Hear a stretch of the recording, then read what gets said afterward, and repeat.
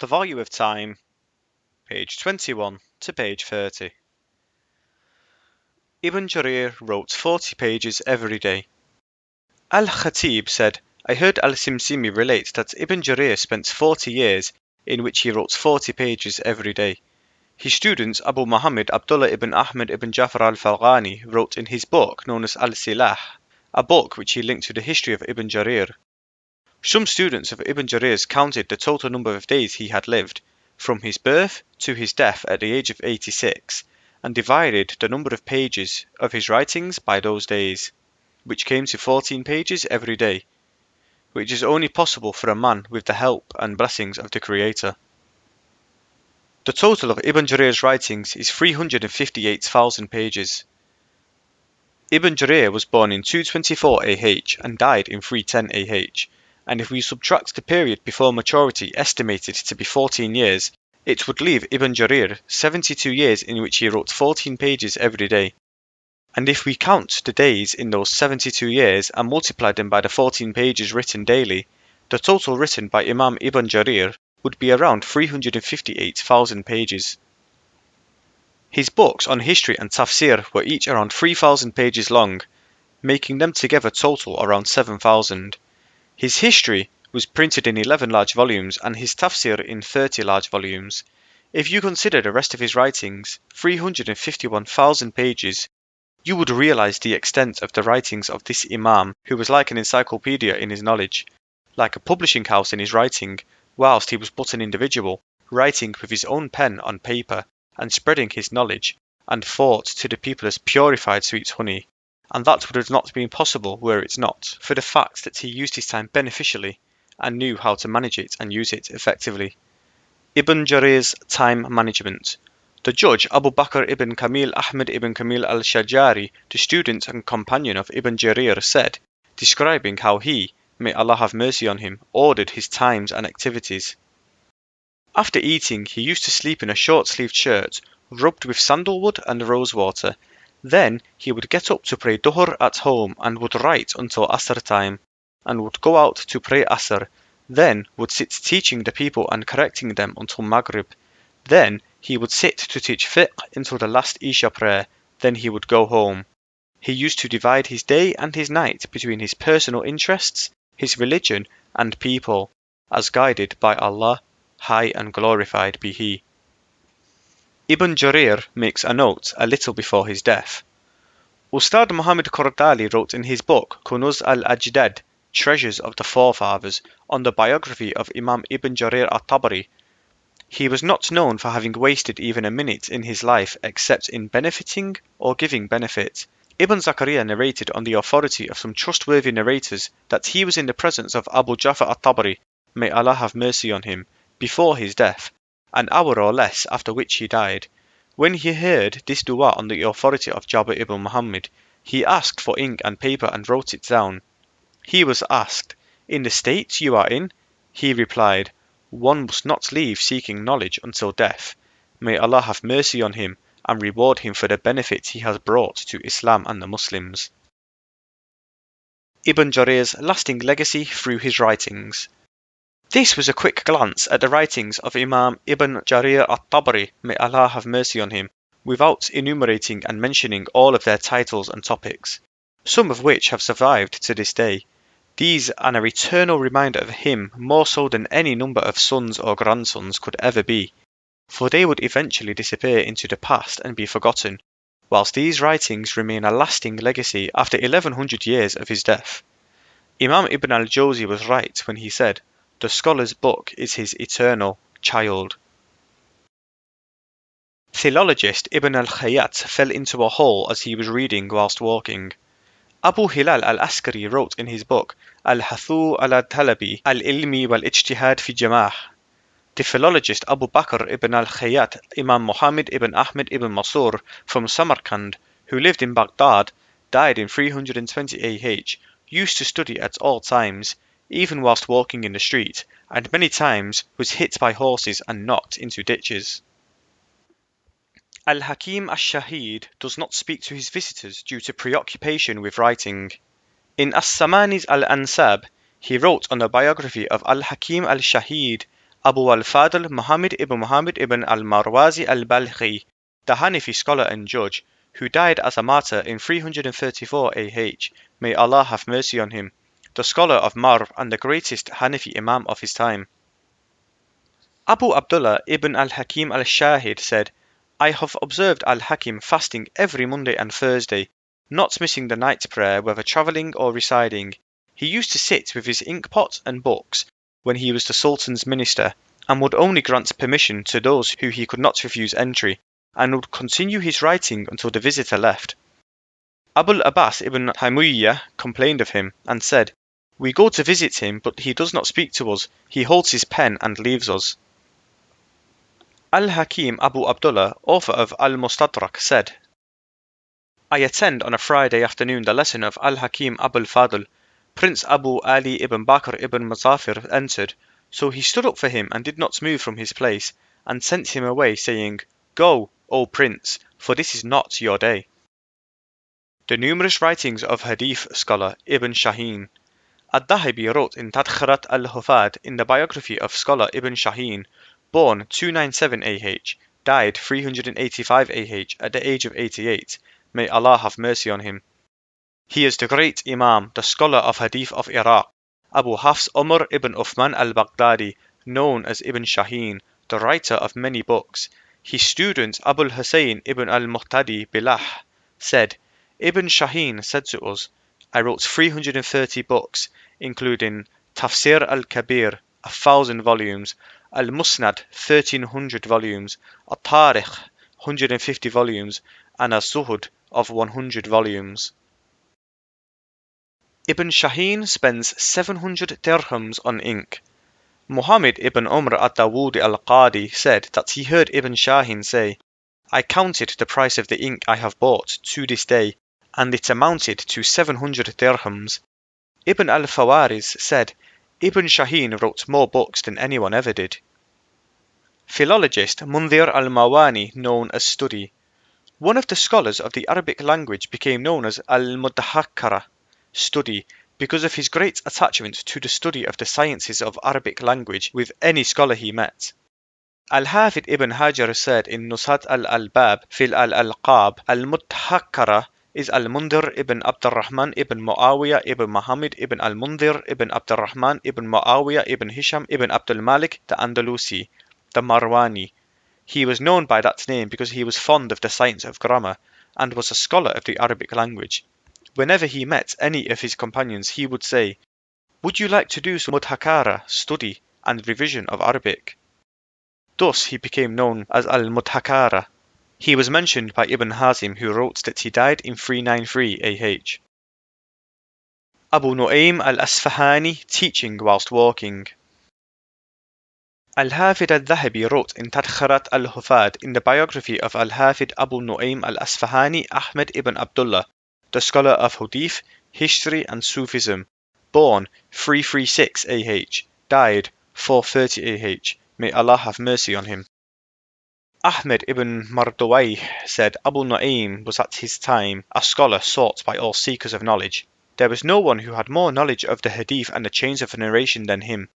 All scholars of Hadith used to travel to meet him, each of them being allocated a day on which he would read to him for verification until the time of Dhuhr, and when he would leave to go to his house, some would also read to him on the way, and he was never tired of teaching.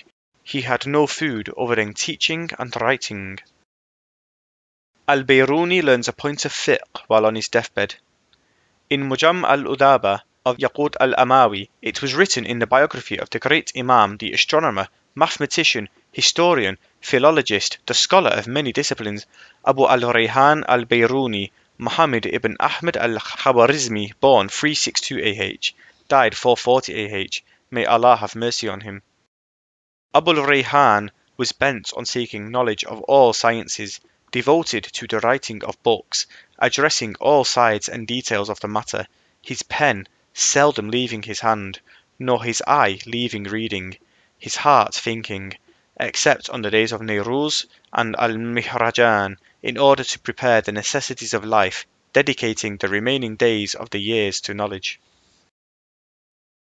The scholar of fiqh Abu Hassan Ali ibn Isa al-Walwaliji said, I visited Abu Rayhan whilst on his deathbed in his last moments at the age of 78, and he said to me whilst in that state, You had told me one day about the matter of maternal grandmothers. I said, out of pity for him, Whilst you are in this state? He said, O you, that I leave this world knowing this matter, would that not be better than me leaving it whilst ignorant of it? So I repeated what I had told him, and he memorized it, and he taught me what he had promised. Then I left his house, and soon after that I heard crying. This great Imam mastered 5 languages: Arabic, Syriac, Sanskrit, Persian and Hindi, and he wrote on astronomy, mathematics, medicine, literature, linguistics, history, and other disciplines, over 120 books. The famous Orientalist Sakhaw wrote about him. He was the greatest mind known in history. The science historian Sarton wrote about him. Al-Bayruni was the greatest of Muslim figures, and among the world's greatest scientists. See his biography and scientific contributions in the Arabic Scientific Heritage in Astronomy and Mathematics by Qadri Hafid Tuqan. Sulaym al-Razi, always writing, teaching, reading or reciting without breaks. In Tabyin Katib al-Muftari by al-Hafid ibn Asakir and Tabaqat al-Shafi'iyya al-Wusta by Tajuddin al-Subqi, in the biography of Imam Sulaym al-Razi, one of the greatest Shafi scholars of his time, died 337 AH, may Allah have mercy on him. It was reported that Tajuddin al-Subqi wrote, He, may Allah have mercy on him, was very pious, accounting himself for time, not leaving any time to pass by without gaining some benefit, either writing, teaching or reading, and he used to write extensively. Al-Hafid ibn Asakir said that Shaykh Abul Faraj al-Asfarayini narrated that he, Sulaym, went to his house and came back, and said, I read a juz on the way. Abul Faraj said, Al-Mu'ammil ibn al-Hasan narrated to me that he saw Sulaym with his pen having lost its sharpness, and whilst he was sharpening it, he was muttering something, and I knew that he was reading at the same time, in order to not waste any time. That is, he was remembering Allah so that no time would pass by without being used in some beneficial act of worship. Al-Khatib al-Baghdadi reads whilst walking. Al-Hafid al-Dhahbi wrote in Tadkhirat al-Hufad, in the biography of Al-Khatib al-Baghdadi, the scholar of Hadith, the historian of Baghdad, born 392 AH, died 463 AH, may Allah have mercy on him. Al-Khatib used to walk holding a book he was reading. That is, in order not to waste time and to make use of the time spent walking by gaining some knowledge. Imam al-Haramain eats and sleeps out of necessity, not habit. In Tabi'in Kadib al-Muftari by al-Hafid ibn Asakir and Tabaqat al-Shafiyya al-Kubra by Tajuddin al-Subqi, in the biography of Imam al-Haramain Abul Ma'ali Abdul Malik ibn Abdullah al-Juwayni al-Nisaburi, the Shafi scholar of fiqh and usul, the theologian and great scholar, the Sheikh of Imam Ghazali, born 419 AH, died 478 AH, may Allah have mercy on him, we find the following. Abdul Ghaffur al-Farizi said in his book, Siyaq Nisapur, Imam al-Haramain, the pride of Islam, the Imam of all the Imams, the great scholar of Sharia, whose superiority is acknowledged in the East and the West, the likeness of whom no eye has seen and never will after him. I heard him say, I do not eat or sleep out of habit. I rather sleep when sleep overtakes me, whether it is day or night, and I eat when I need to, whatever time it is. He found the greatest pleasure in studying and seeking beneficial knowledge. Imam al-Haramain studies under a philologist at age 50. Shaykh Abul Hassan Ali ibn Fadl ibn Ali al-Mujash'i al-Qayrawani, the philologist, came to us in the year 469 AH and was generously received by Imam Fakhr al-Islam, who started to learn grammar and study under him. The Imam was then 50 years old, and he used to take him to his house and read to him the book of Iksir al-Dhahab fi Sina'at al-Adab, which he wrote. Abul Hassan al-Mujash'i used to say, I had never seen a lover of knowledge like this Imam. He seeks knowledge for the sake of knowledge. Yaqub al-Najirami reads whilst walking. In Inba al-Ruwat al-Anbah al-Nuhat by al-Qifti in the biography of Muhammad al-Sa'idi ibn Barakah al-Nahawi from Basra, then Egypt, born 420 AH, died 520 AH, may Allah have mercy on him, he wrote, "When I was a boy, I saw Abu Yusuf Yaqub ibn Khurayza al-Najrami walking. He was a dark old man with a long beard, a round turban, and a book in his hand which he was reading as he walked." Ibn Aqil and Ibn al-Jawzi, the ultimate examples in good use of time.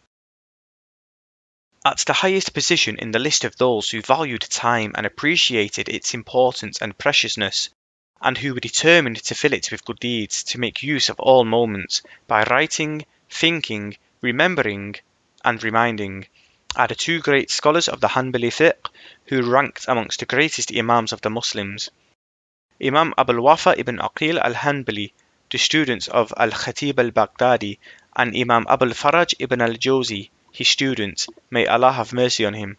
I include here some details of their lives. Ibn Aqil, a world genius.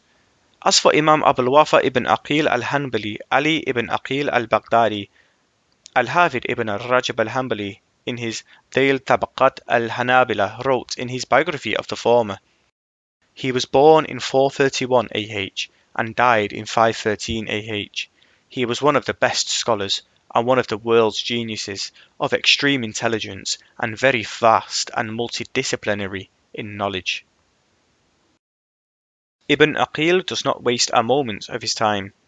He used to say, "I am not allowed to waste a moment of my life, for even if my tongue stops reading and debating, and my eyes stop reading, I can use my mind to reflect even when I am lying down.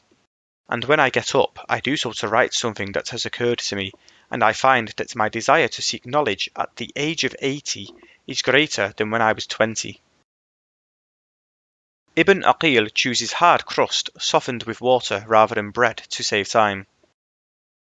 And I seek to shorten my meal times as much as possible, to the extent that I choose to eat hard crust mixed with water rather than bread, because of the difference in ease of chewing, in order to save time for reading or writing something that may be of benefit. For the greatest profit made in the eyes of the wise people, by consensus of all scholars, is time, for it is a treasure in which opportunities are used, for indeed duties are numerous and times are fleeting.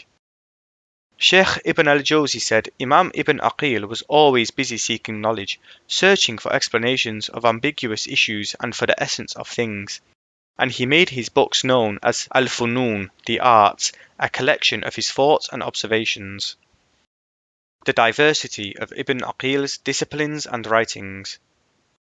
He had around 20 books on different subjects, the greatest of which was al-Funun, which is a massive book containing immense benefits in admonition, exegesis, jurisprudence, the fundamentals of jurisprudence, theology, grammar, linguistics, poetry, history, and literature. It contains his debates, observations, his thoughts, and the products of his intellectual activity. One of his books, al-Funun, is 800 volumes long. Al-Dhahabi said, "No one ever wrote a book bigger than his book. I have spoken to people who have seen over 400 volumes. Ibn Rajab said, "Some have said that it is 800 volumes long." The best use of time and way to draw close to Allah is seeking knowledge. He, may Allah have mercy on him, wrote in the introduction to his book Al-Funun, "Indeed, the best way to spend time, to keep oneself occupied and to draw closer to the Lord, glorified is He, is to seek knowledge that takes one out of the darkness of ignorance to the light of Allah's way, and that is what I kept myself occupied with and spent my time in. And I continued to comment on the words of scholars which I have learnt, from the essence of books, and from the fruit of thought emerging from debates and discussions in the circles of scholars and gatherings of pious people, hoping that some blessing may be conveyed to me, which would drive ignorance away. Perchance I may achieve some of what others before me have achieved, and even if the only immediate benefits were purifying time of being wasted in being occupied with bad habits in which the times of the ignorant masses are spent, then it would have been sufficient, and on Allah we rely for guidance, and He is sufficient and the best of those to be relied on.